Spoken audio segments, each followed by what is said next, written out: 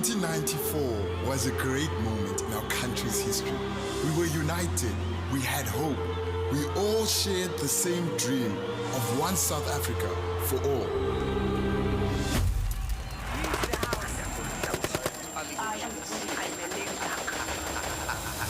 That dream has been hijacked, corrupted and sold out by the power-hungry and corrupt. They divide us with anger and hate. Corruption is killing our country. Killing it, killing it, killing it! Those who have betrayed the struggle are the ones in power who have made themselves rich, while the poor go hungry. This is not what we were promised. Promises, promises, promises! More empty promises, more unemployment. For 25 years, we have waited. We are moving backwards.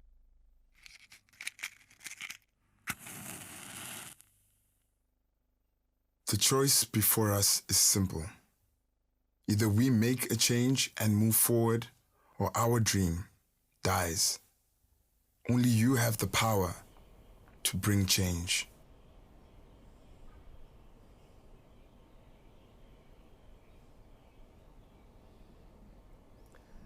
Good evening and welcome to this episode of On the Couch. My name is Cilliers Brink, and this week it is my pleasure to be presenting this episode.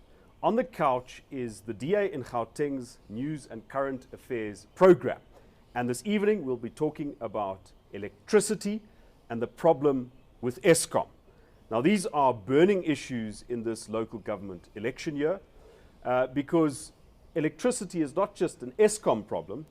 There are also problems in municipalities with distribution networks. And it's critically important that the people who sell their goods at this election know what they're talking about and offer real solutions. So who we have here with me today are a group of subject matter experts of the DA. And I'm going to give each of them the opportunity to introduce themselves and tell us more about what they will bring to this discussion. Good evening. I'm Ghaleb Cachalia. I'm the Shadow Minister for Public Enterprises. Fortunately or unfortunately for my sins, Eskom falls within my purview. Thanks, Ghaleb. Good evening. I'm Randall Williams. I'm the Executive Mayor of the City of Tshwane. And obviously with the load shedding crisis that we experience across South Africa, it affects all the municipalities and the residents living in these municipalities. And at the end of the day, as municipalities, we also need to look at whether there are alternatives to Eskom. Welcome, Randall. Thank you so much, Cilliers. Good evening. My name is Peter Teixeira. I'm the mayoral candidate for Midvaal local municipality. And what I want to bring forward is that as a DA-led municipality, we've invested a significant amount of budget into our electrical network in Midvale, but yet we are still affected by this national load shedding crisis. And I look forward to having that conversation with somebody who works in a municipality where the DA has a 50% plus one majority. Definitely. But let's start this conversation with the issue of load shedding. Last week, Eskom announced that Stage 2 load shedding will continue until this Thursday in order to continue replenishing emergency generation reserves. The power utility further said that during this time, it'll be working hard to return a number of generating units as emergency reserves have been further depleted due to breakdowns of a generating unit, each at Kusile, Komati and Hendrina power stations.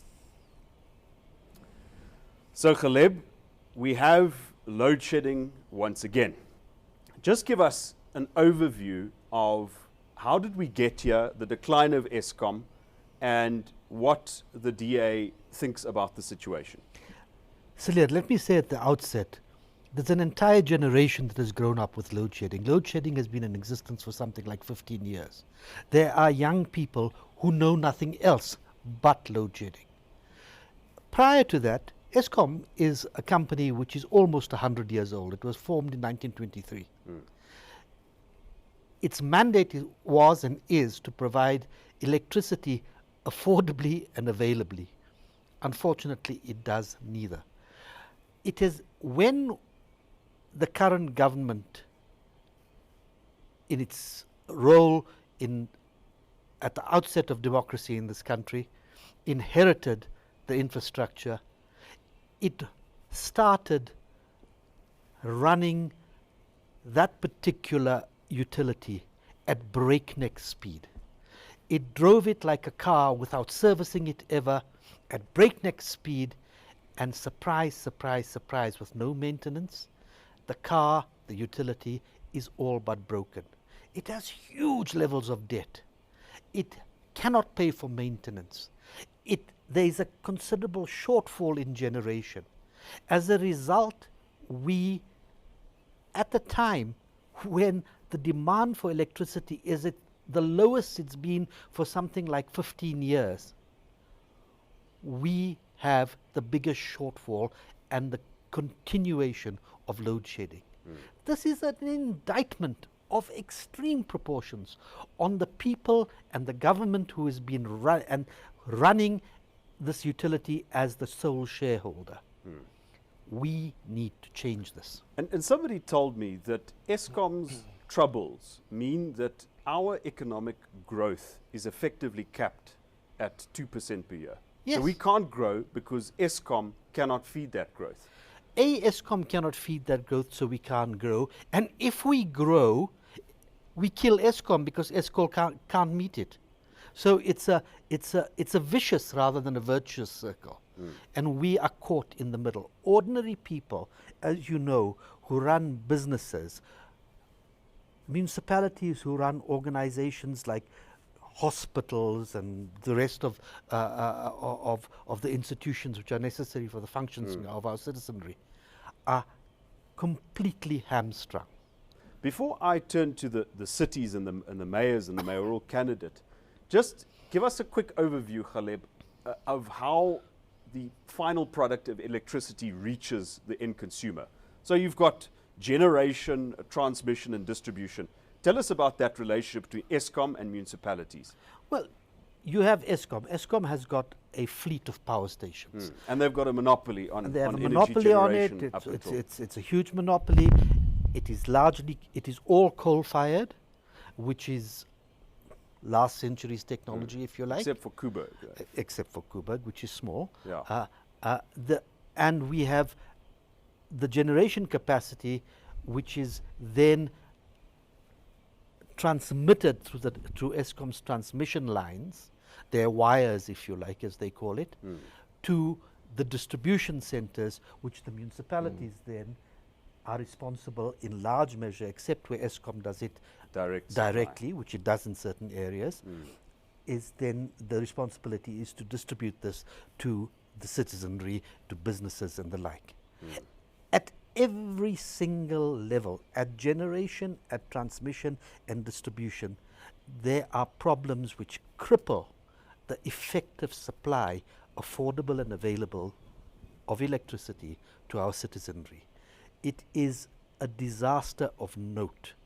And unless we understand what Eskom in its current guise is able to produce, what the shortfall is, how we can fill that shortfall with creative solutions, which our municipalities where we govern are running with it at full speed. And we'll talk about some of those solutions a little bit later on. But Randall, I want to ask you. Before you come yes, to sure. municipalities, I just want to add to what Ghaleb said. Yes. This is 1994. You look at the status quo of what you have. 1994, only 40% of South Africa was electrified. Yes. You have an Eskom that had this huge surplus. All the power stations in Eskom are all built in the north, because that's where you have all the coal mines. No power stations built in the south or in the east or west or middle. No power stations. The exception is Kuba, because it's nuclear powered. Yes. But all the power, because all the power stations are built in the north, you need an extremely extensive transmission network, which is very, very difficult to maintain. So we start now the process of electrification. We've got more than 80% of South Africa now electrified. That puts severe stress on the transmission network. And More yet, stress. Randall, I understand that But we've what I'm got saying, less it's poor capacity. poor planning. We've got less capacity today Yeah. than we did in 1994, despite the growth Yes. of the demand.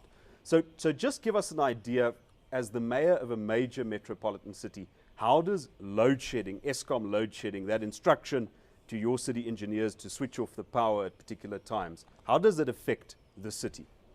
Look, Eskom transmit the electricity to our substations. From our substations, it's our responsibility. Problem is, whenever there's load shedding, they degrade all our infrastructure. The substations strip, the panels burn. So there's lots of degradation. Pump stations stop working. Sewerage can't be treated.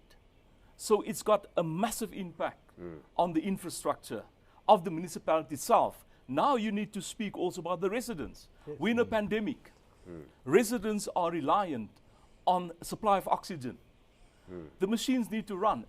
People don't. Everyone does not have a generator at home to produce power. And Yes. we're going to get to those details a little bit later. Peter, you've held the portfolio of engineering services in DA-run Midvaal. Yes. Now, as Randall has explained, these electricity distribution networks of a municipality were never built with the intention of being switched on and off, on and off.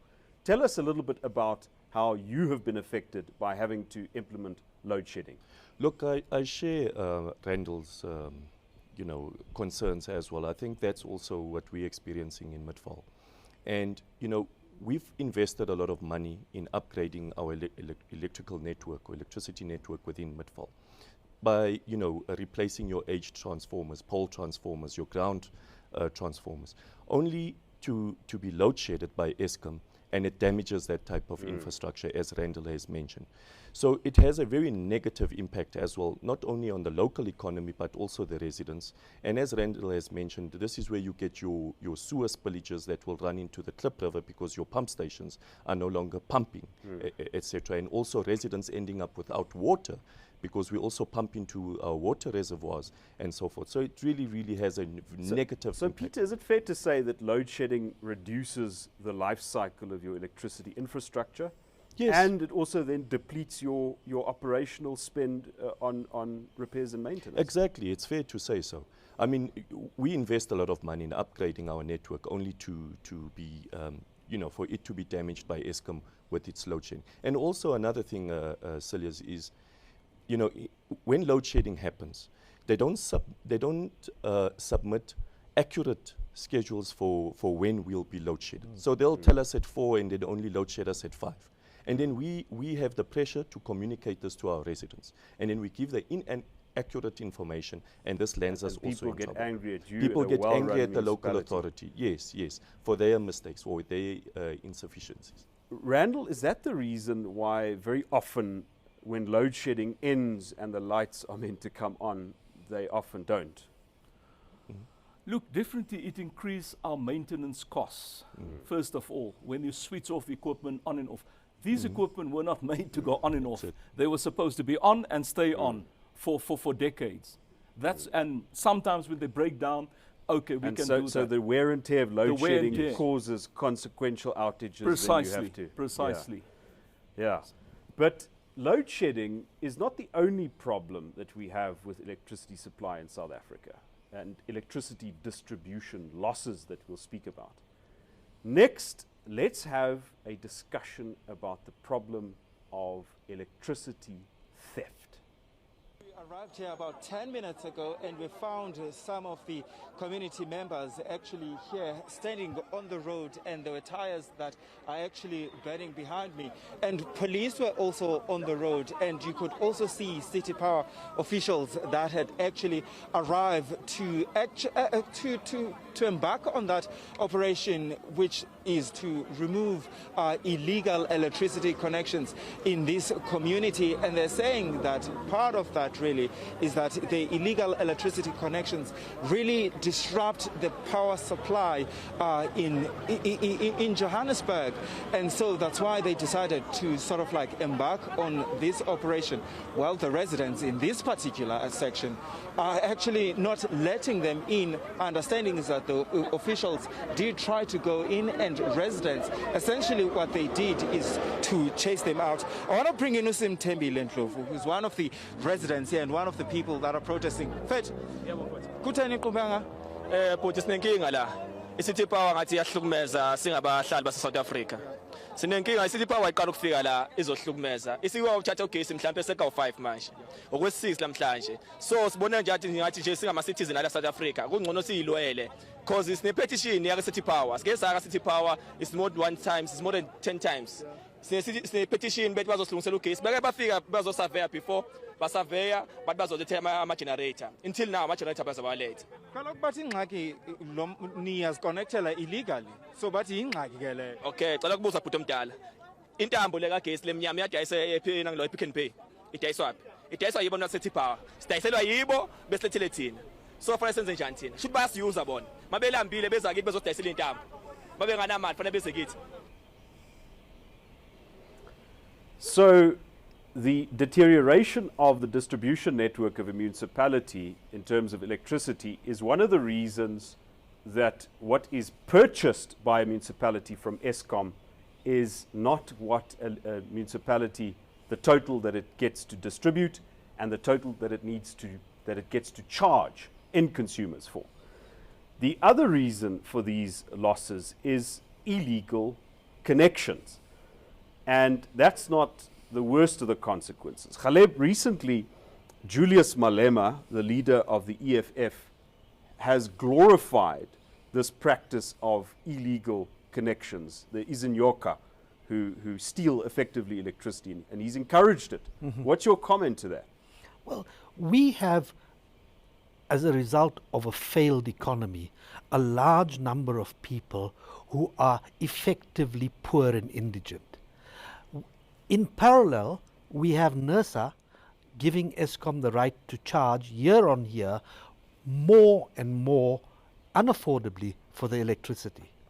People then find it difficult to pay. Couple that with the ANC at the beginning in 1994 saying to people basically that you can have all this for free in exchange for votes. As a result, we have a culture of non-payment and we have a culture of theft, not to put too fine a point on it. If you take both and put them together, you have got a toxic mixture which cripples the economy of the municipality, and Randall is placed in a position which is powerless. And of course, another factor is the breakdown of law enforcement. Yes. Randall, I know of certain communities where if you try and disconnect illegal electricity connections, there is a street revolt and the police just decline to intervene in those situations.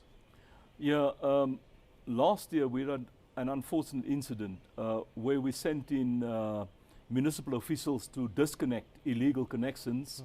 They were attacked by the community, and unfortunately when Tshwane Metro Police protected the officials, they killed one of the residents there. Illegal connections is a huge problem in the city of Tshwane, and it puts severe stress on our systems.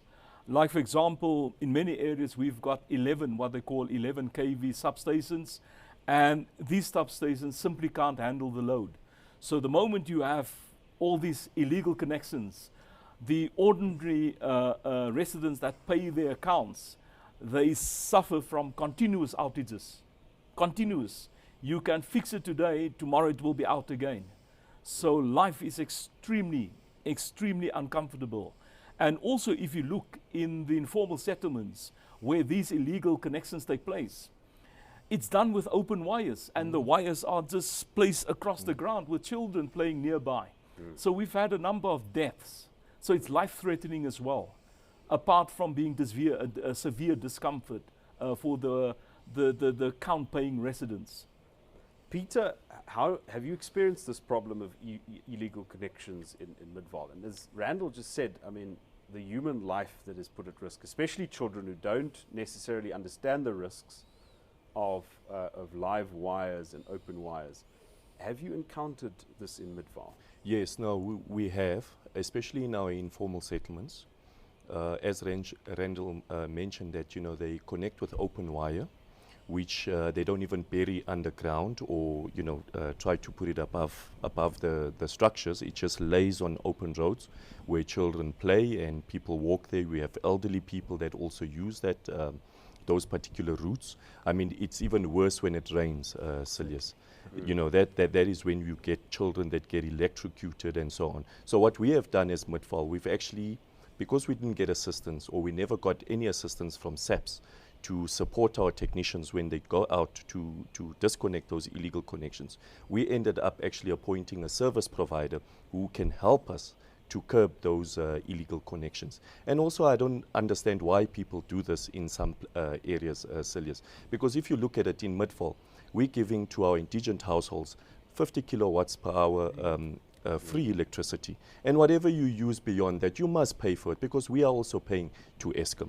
And in those informal settlements where they do connect illegally, they also take from Eskom, you know, your Eskom network, which is close by.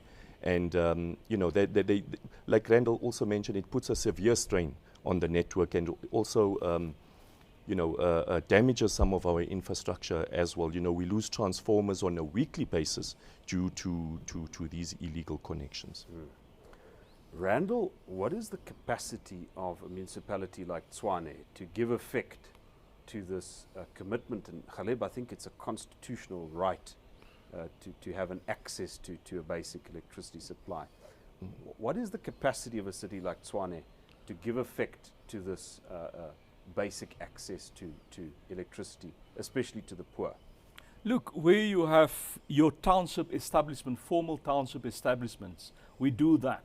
But unfortunately, most of the informal settlements, and we've got more than 220 informal settlements consisting of more than 600,000 people. And growing. Yeah, and growing.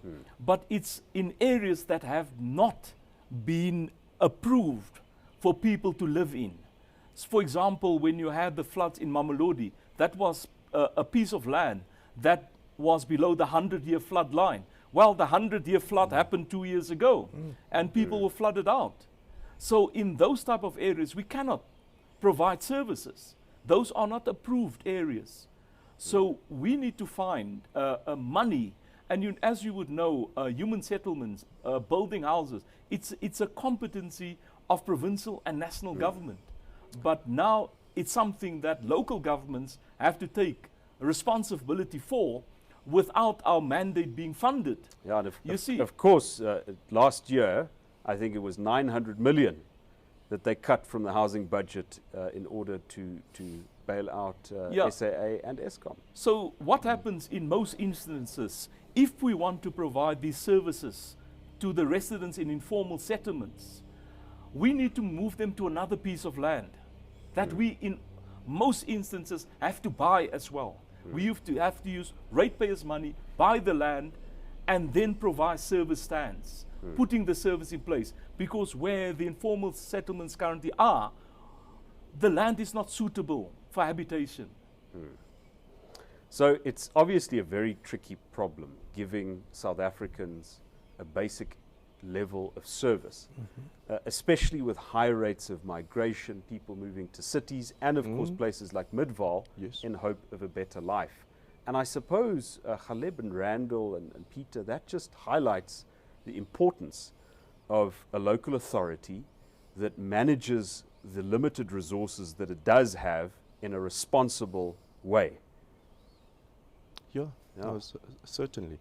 Look, especially in Midvaal, in DA-run municipalities, we're seeing a huge influx of people coming to live or moving into Midvaal because of the good quality of life in a DA-run municipality. And most of them, when they come from all over the country, which is not a problem. But they end up in your areas like your informal settlements. And then, you know, it adds on pressure onto the municipality to provide these basic services. And in most cases, as Randall has mentioned, you know, those are informal. It's privately owned land where they settle in most cases. And also not conducive to settle people there, because Midvale it's a highly dolomitic area.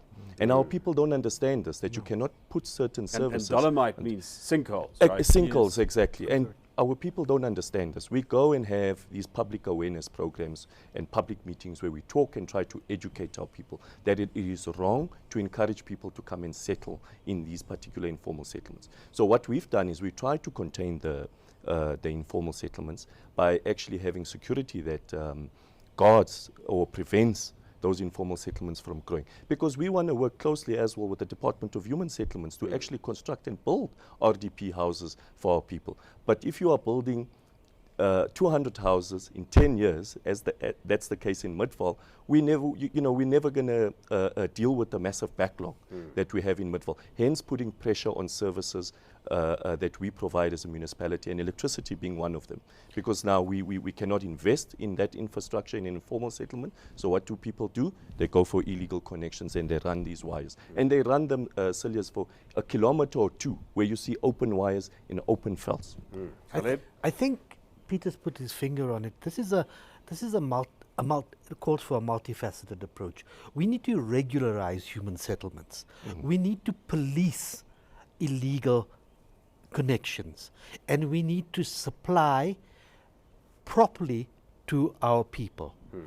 Yes, if there are people who are indigent, who they are, that register needs to be updated properly, and those people need to be supplied. But it is a multifaceted approach where all these elements have to come together, and they have not come together. They've fallen apart. And I guess, Ghaleb, the other point is the emphasis in the DA manifesto that citizens and residents have got rights, but the flip side is responsibility. Absolutely. That is not a populist message to deliver, but I think it's probably crucial if we're going to have a sustainable future in this country. Well, it affects everybody. I mean, you know, in economics, there's a concept known as opportunity cost.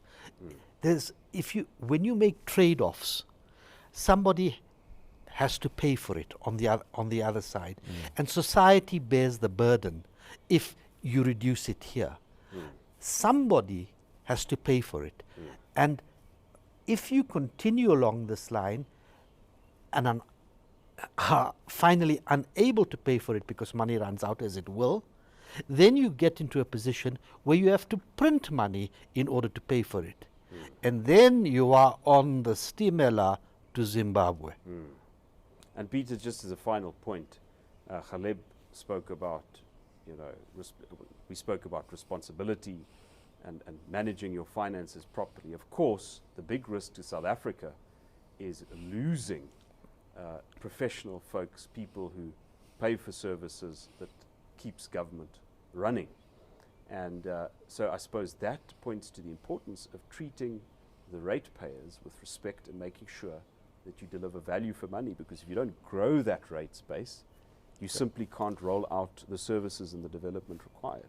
No, certainly, and this is why we've invested a lot of money into that infrastructure upgrade or infrastructure development of our electricity grid as well in Midvale, so that we have sufficient capacity for future development. You know, when business comes and knocks on our door, we are able to give them an electrical connection, which is sufficient to run their business and so on. So, as a DA-led municipality, we will continue to invest in the upgrades of our infrastructure, even though Eskom disadvantages us here and there with their load shedding.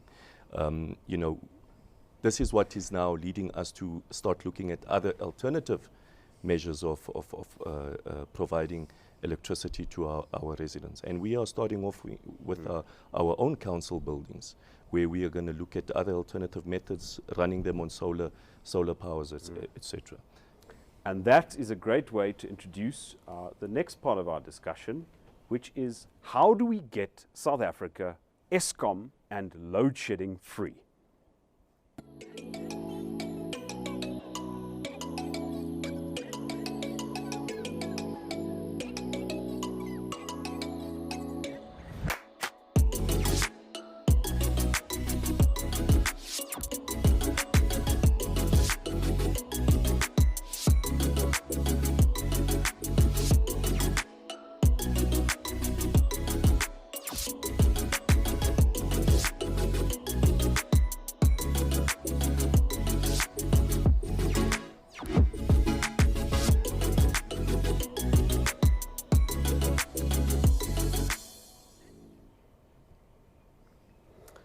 So Ghaleb, we've got this big lumbering mess called Eskom.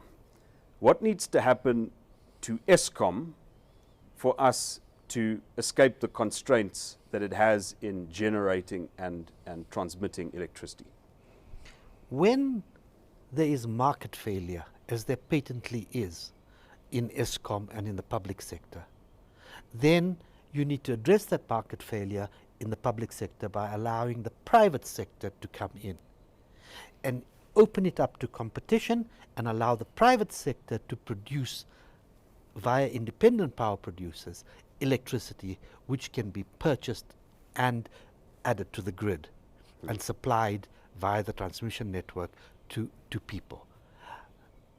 The electricity that the new suppliers will bring on board will be of necessity new generation electricity, renewables broadly speaking, and other new areas of supply. That needs to be opened up massively. We need to have government stop. Gwede Mantashe, the Minister of Energy, has to stop his delaying tactics, whereby we need to allow people to supply this electricity to the mines who are big users of electricity. We need to allow people to put give subsidies to people to put solar panels on their roof. We need to empower people to sell excess energy back onto the grid.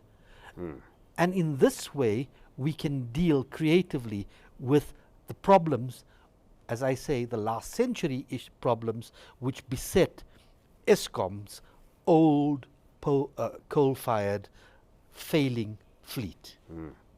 Randall, there's been lots of talk about IPPs, and Ghaleb also mentioned it. What potential do these reforms that have been forced on government effectively, what potential do they hold, IPPs and other measures, for municipalities to help communities escape the yoke of Eskom and load shedding? Look, let me just start with Eskom as well. Eskom is a failed company with prohibitive costs to run that company that is not sustainable, and government is merely propping it up. Well, we propping it up. Yeah, taxpayers. With taxpayers' money. Sorry, with taxpayers' money. Now, I believe metros especially can lead the way to become power independent or energy independent from Eskom. Yes. And the city of Tshwane, we are fortunate in that space that we own 2 power stations, and we are currently looking at proposals. And there are clean means of powering our power stations. For example, by using biogas, installing gas turbines, and not being reliant on coal-burning, coal-fired power stations. And we believe currently in Tshwane, we consume 2,090 megawatts of power. And we can easily produce that from our 2 power stations. So there's no need for this power ships where we're going to waste over 200 billion rand of taxpayers' money. And be locked in for 20 years. And be locked in for 20 years. And who knows who's the BE partner for that deal. Randall, you mentioned clean energy and the need to get away from fossil coal, fuel. fossil fuel. And so, besides the obvious of global warming, pollution and so forth, why is it important to focus on clean energy? Look, we've got our commitments that we have done in terms of COP the climate change organizations, and there are timelines by which we have to adhere to those commitments. And on the trajectory that Eskom is, South Africa is not going to meet its commitments. Just last week, Eskom was classified as the world's worst polluter as far as what they call it, sulfur dioxide is concerned. So we need to change the way we operate, and also by using other fuels which are not fossil-based fuel, like for example biogas, the sun, the wind. We can put power stations in all parts of South Africa, because as far as coal-fired power stations are concerned, you are restricted to the north of South Africa where the coal mines are. Cilliers, if you just take the mines again, their license to operate in the future is governed by them being carbon neutral at a particular date. And the clock is ticking.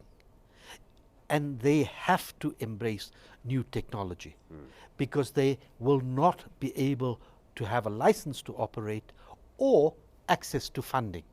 Yeah, and that's the other point. If you look at the global environment, there simply is going to be no new money, no new investment for dirty energy. Absolutely. And that Eskom is all dirty energy.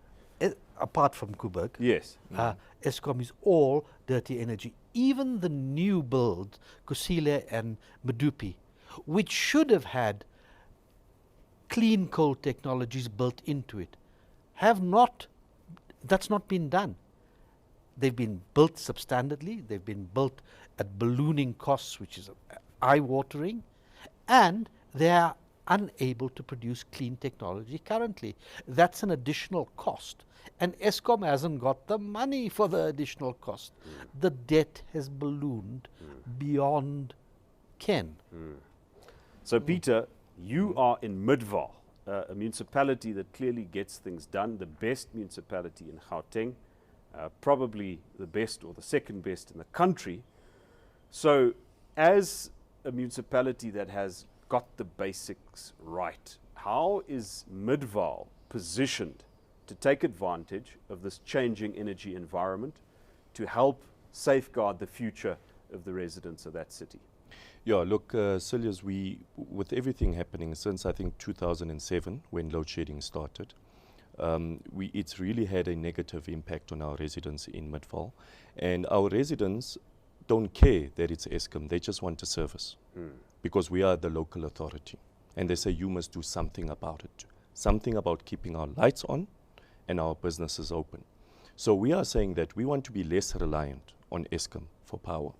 And this is why we are looking at a number of proposals to obviously go greener and to also, take the route of IPPs and so forth. Because Eskom has proven, that they can't get things done, and which is very unfortunate. My only biggest concern for Midvaal at this stage is because in our areas, you find areas that are distributed or supplied by Eskom, especially in our agricultural holdings. Now, they are affected even beyond load shedding. There's what they call load reduction now, which is another name or another terminology that they are using for load shedding. And all these different names they have for rolling blackouts. Yes, yes. And we've got residents out on the plots that go every second day 5 to 6 hours without power. And these residents, Cilliers, have had enough. And they are looking to us to say, listen, what are you as a local authority doing about this particular problem we have? So we've even approached Eskom, as well as NERSA, to say, listen, we want to take over your network or your supplied areas.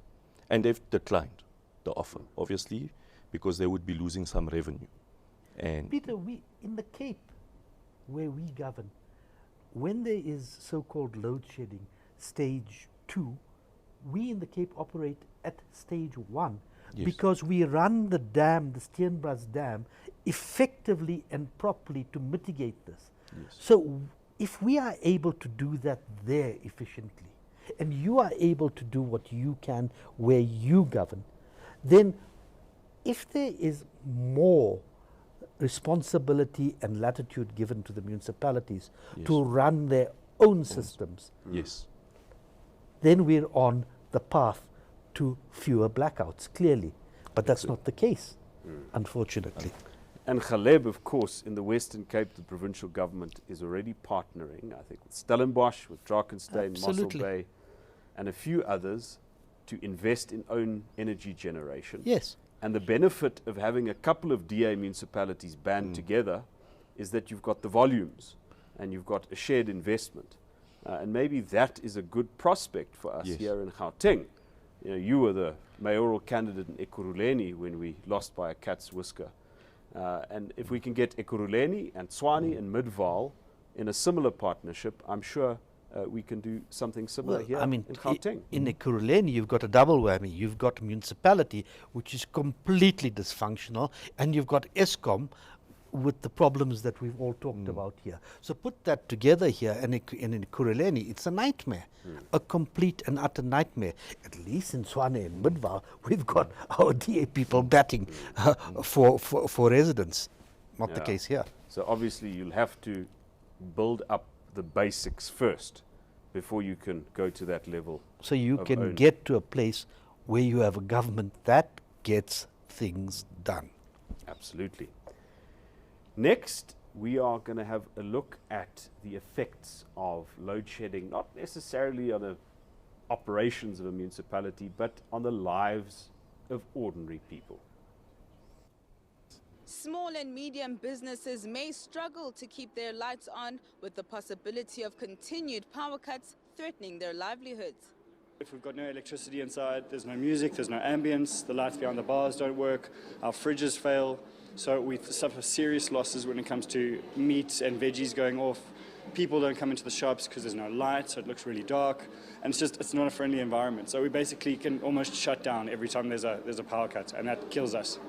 I don't look forward to losing clients, because most of my clients right now, they walk out without even paying, because these power outages, sometimes they just come and you are not even prepared for it. Here in Q, you can find out that there's electricity in Savoy, there's no electricity in Q, so they can easily move from one place to another.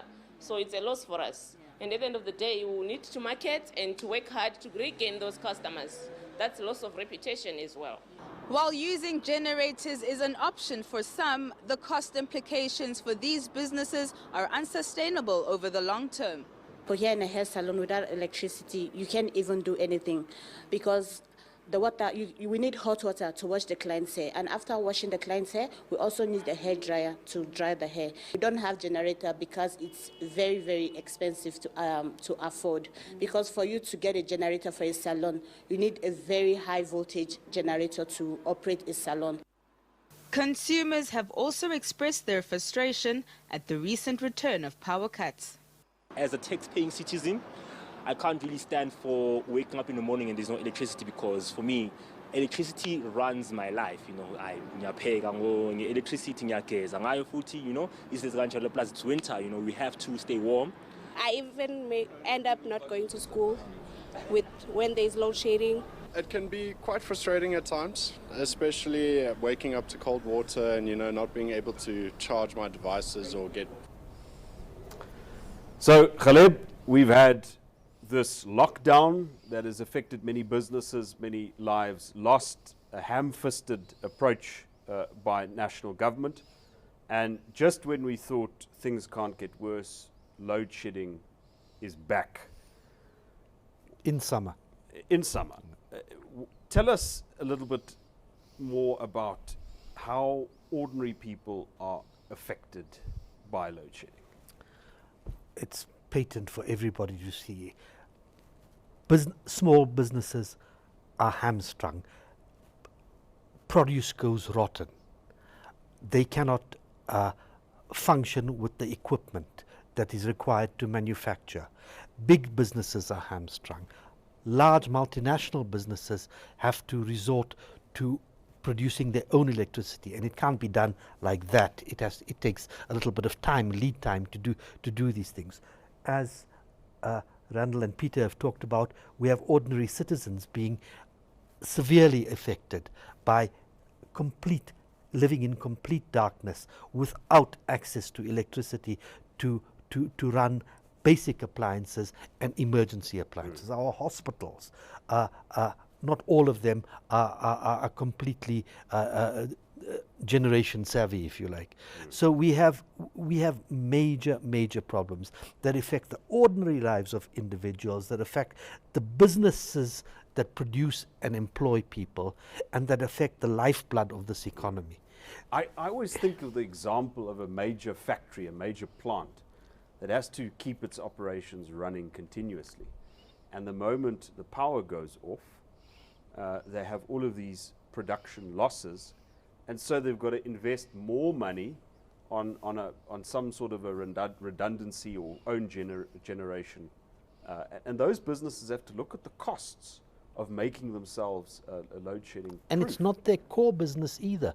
They should be concentrating on, a manufacturing business concentrates on producing goods, not on producing electricity. And instead of making life easier for those businesses to expand and to create jobs, we're making it more difficult. Absolutely. But Randall, you mentioned specifically the clinics. Can you tell us more about how load shedding affects clinics and healthcare and the basic necessities? Yeah. Look, I'll go beyond clinics. Normally hospitals, where you have big hospitals, those areas are not load shedded. Yeah, right? We prevent it. That's the policy in most municipalities. But you also have the smaller community clinics where it's not possible not to load shed them. Yeah, right? And often smaller clinics like can't afford generators, or if they do, they can afford a small generator that only power a few of their equipment. So it's more than just discomfort and inconvenience. It's also life-threatening. The fact that there are people at home, people that are reliant on dialysis machines because obviously they've got kidney malfunction and stuff like that. You are reliant on electricity to do that. COVID vaccines have to be kept cold. Yes, got to be kept cold. But also if you look at the wider economic impact. For example, I spoke to executives from Ford and BMW. When they are load shedded, they can't just restart the production line process. It takes days to restart it again. You know, and they don't have the available finance to invest in generation that can power up all their production facilities. So at the end of the day, the parent company, for example in the US, Ford, they look at the cost basis of their production facilities in South Africa vis-a-vis what's happening in Mexico. And imagine the economic power of a city that can offer, through its own means, as we've just discussed, a stable supply of electricity to a company like BMW. Yes. I suppose that is one way of creating a future in this country, despite terrible conditions and despite national deterioration. To create municipalities that buck the national trend of decline. And also the fact is, look, small businesses, sometimes they can afford generators to power up some of their functions. But now we have people working from home. Not everyone from home can afford a generator. It means the work comes to a standstill. I mean, your work from home policy, you need electricity all the time to be connected. Peter, the last episode of On the Couch was about, well, it was the mayoral debate, but one topic that was, well, not the mayoral introduction, the DA candidates in Gauteng. One topic that was raised was the looming water crisis in Gauteng. Tell us, how does load shedding and cutting off electricity cause some of these water shortages? Look, we had one recently, a water outage on the western side of Midvale, and this was caused due to cable theft. Rand Water informed us that they obviously cables were stolen, and hence it caused the water outage. But it's similar, Cilliers, to your load shedding, where pumps are not running, and then obviously the reservoirs get depleted quickly. So you need these pumps to run, you need to pump the water. Exactly. So the one crisis leads to the other. And with the pandemic now that we, with COVID that we find ourselves in, it's really has a negative impact on our residents. They're dealing with load shedding. This side, it's a pandemic. They don't have water.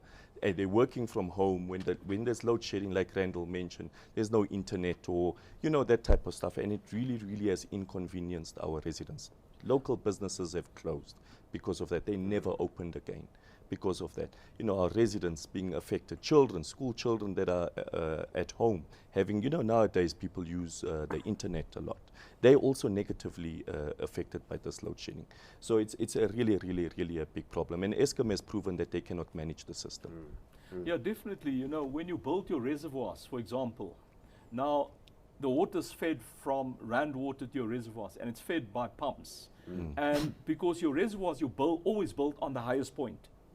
So Rand water pumps it to your reservoirs, and then from the city side we use gravity for the water to filter down to the residents. Now often Rand water, like what happened in Laudium, they blamed Eskom because their pumps malfunctioned because of all the load shedding. So it's got a severe impact. So on one people's failing lives. government entity blames another, and it's ordinary folk who are left to struggle. Now, gentlemen, we've spoken about the problems, we've spoken about the solutions.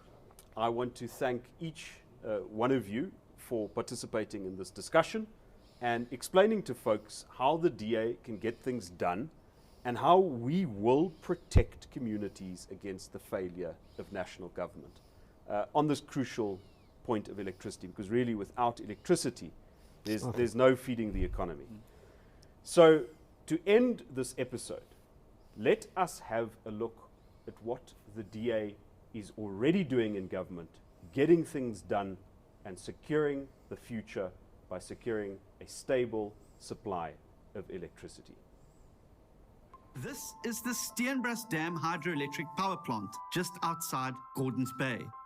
There's an upper Steenbras Dam where water is released into the lower Steenbras Dam through 4 generating turbines in between. During peak times, or during load shedding, water released from the upper dam into the lower dam generates up to 180 megawatts of power, keeping citizens in the city of Cape Town 1 full level lower than the rest of the country during load shedding, or with no load shedding at all.